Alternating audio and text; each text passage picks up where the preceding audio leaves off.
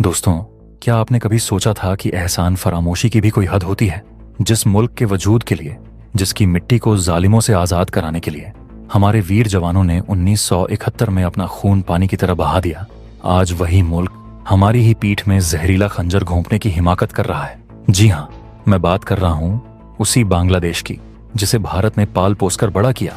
लेकिन आज ढाका की सड़कों पर जो मंजर है, वो किसी भी स्वाभिमानी हिंदुस्तानी का खून खौलाने के लिए काफी है। वहां सरेआम पाकिस्तान के झंडे लहराए जा रहे हैं और भारत के खिलाफ ऐसे घटिया नारे लग रहे हैं कि सुनकर खून खौल जाए। ये लोग अब कश्मीर को आजाद कराने की गीदड़ भभकियां दे रहे हैं। भूल गए कि अगर 1971 में भारतीय सेना खड़ी ना होती तो आज ये दुनिया के नक्शे पर भी नहीं होते।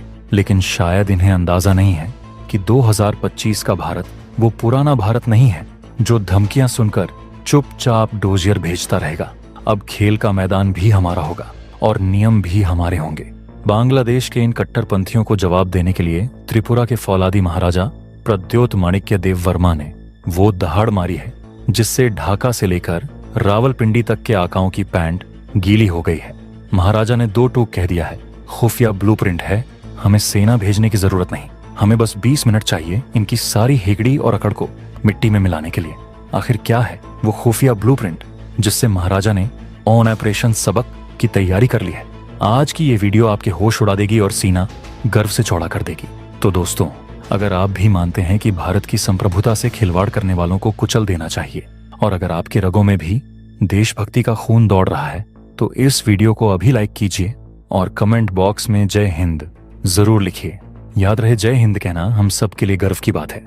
दोस्तों, सबसे पहले गहराई से इस पूरी साजिश के जाल को समझिए कि यह नफरत की आग आखिर भड़काई किसने है। बांग्लादेश में जब से सत्ता का तख्ता पलट हुआ है, वहां के कट्टरपंथी तत्वों और जमात-ए इस्लामी जैसे संगठनों को ऐसा लग रहा है जैसे उन्हें पूरी दुनिया की सल्तनत मिल गई है।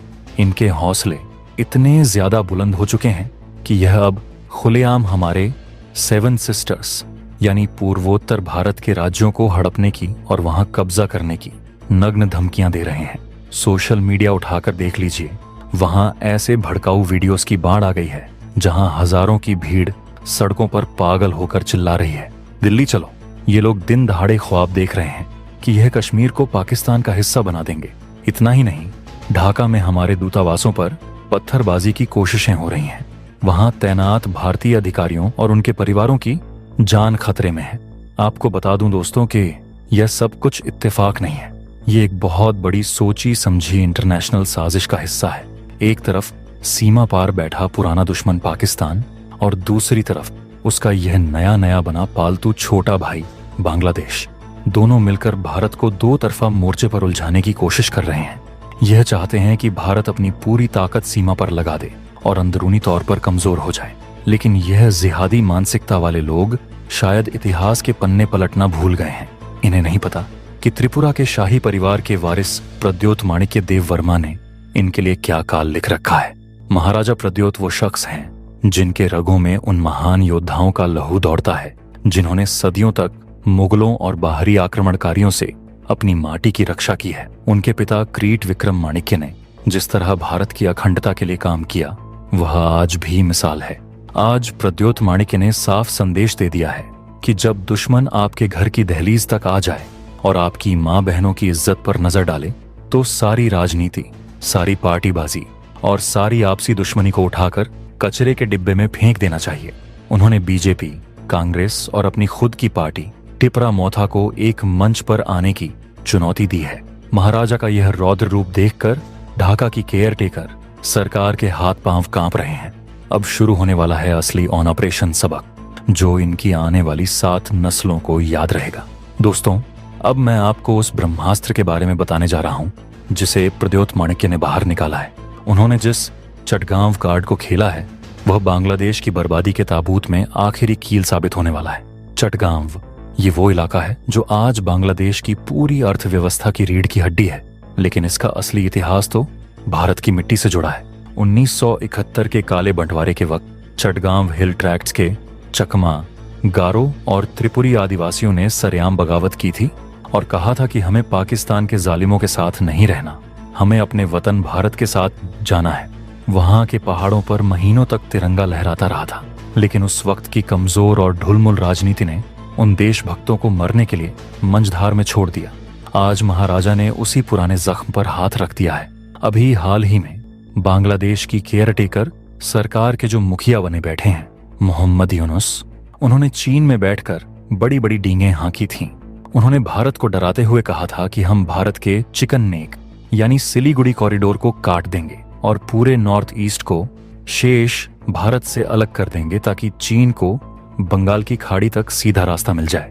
वाह भाई यूनुस, ख्वाब तो बहुत ऊंचे पाल रखे हैं, लेकिन प्रद्योत माणिक्य ने उन्हें एक झटके में जमीन पर लपटका है।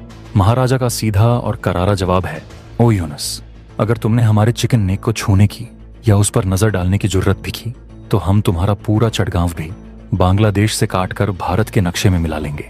याद रखिए दोस्तों, बिना चटगांव के बांग्लादेश सिर्फ एक बंजर जमीन का टुकड़ा रह जाएगा, क्योंकि उसका इकलौता सबसे बड़ा और महत्वपूर्ण समुद्री पोर्ट वहीं है।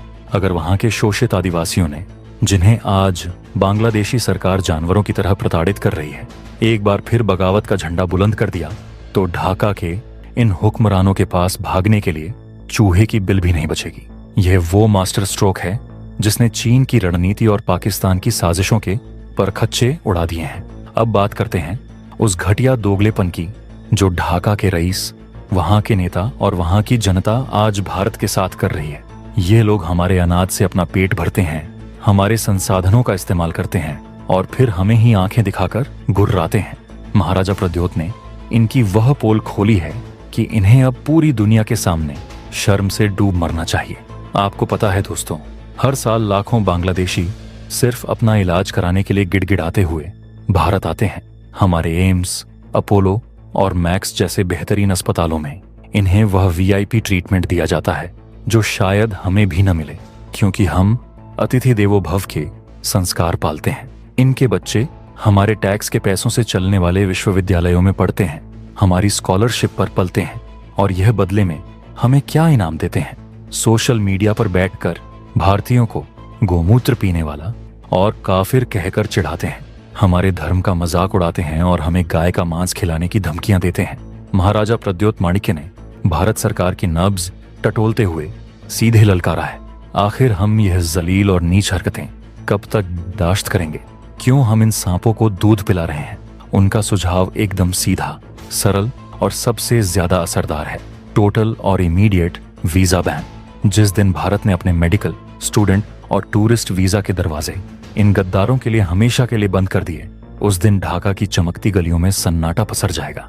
जब इन बड़े बड़े नेताओं और रईसों को अपनी जानलेवा बीमारियों के इलाज के लिए दुनिया का कोई कोना सहारा नहीं देगा और जब इनके बिगड़ैल बच्चों को भारतीय कॉलेजों से बाहर का रास्ता दिखाया जाएगा, तब इन्हें एहसास होगा कि भारत की औकात क्या है और इनकी अपनी हैसियत क्या है।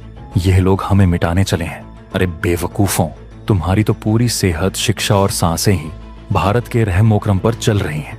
अब वक्त आ गया है कि इस झूठी और दिखावे की मेहमान नवाजी का गला घोंट दिया जाए और इन्हें उसी भाषा में जवाब दिया जाए जिसे यह समझते हैं। वीडियो के इस आखिरी और सबसे महत्वपूर्ण हिस्से को बहुत गौर से सुनिएगा। अगरतला में बांग्लादेशी हाई कमीशन के बाहर जिस तरह की बदतमीजी और भारत विरोधी ड्रामा रचा जा रहा था, उस पर महाराजा प्रद्योत माणिक्य ने जो बयान दिया है, वह हर स्वाभिमानी भारतीय के दिल की आवाज बन गया है। उन्होंने सरेआम मीडिया के कैमरों के सामने सीना ठोक कर कहा, अगर मुझे और मेरी ताकत को दिल्ली से सिर्फ 60 मिनट की खुली छूट मिल जाए तो मैं इस अगरतला में बैठे हाई कमिश्नर को 20 मिनट के अंदर उसका सामान पैक करवाकर वापस ढाका की ट्रेन में बिठा दूंगा। यह बयान कोई खोखली धमकी नहीं है दोस्तों, यह उस आम जनता का दहकता हुआ गुस्सा है जो ये देख रही है कि कैसे सीमा के उस पार हमारे हिंदू भाइयों, बौद्ध चकमाओं और निर्दोष अल्पसंख्यकों के घर जलाए जा रहे हैं, उनकी माँ बहनों की असमत लूटी जा रही है। दोस्तों याद रखिए कि अगले 2 महीने हमारे पूरे नॉर्थ ईस्ट के लिए किसी अग्नि परीक्षा से कम नहीं है। बांग्लादेश में होने वाले चुनावों में अगर कट्टरपंथी जमात सत्ता पर काबिज हो गई तो त्रिपुरा, असम, मेघालय और मिजोरम में उग्रवाद, हथियारों की तस्करी और ड्रग्स का काला कारोबार फिर से सिर उठा लेगा। इसीलिए महाराजा की इस चेतावनी को हल्के में लेना बहुत भारी पड़ सकता है। हमें अभी और इसी वक्त ऐसा प्रहार करना होगा कि ढाका को अपनी 7 पुश्तों तक याद रहे कि भारत के साथ गद्दारी करने का अंजाम क्या होता है। तो दोस्तों, इसके बारे में आपकी क्या राय है? कमेंट बॉक्स में ज़रूर बताइएगा। जय हिंद।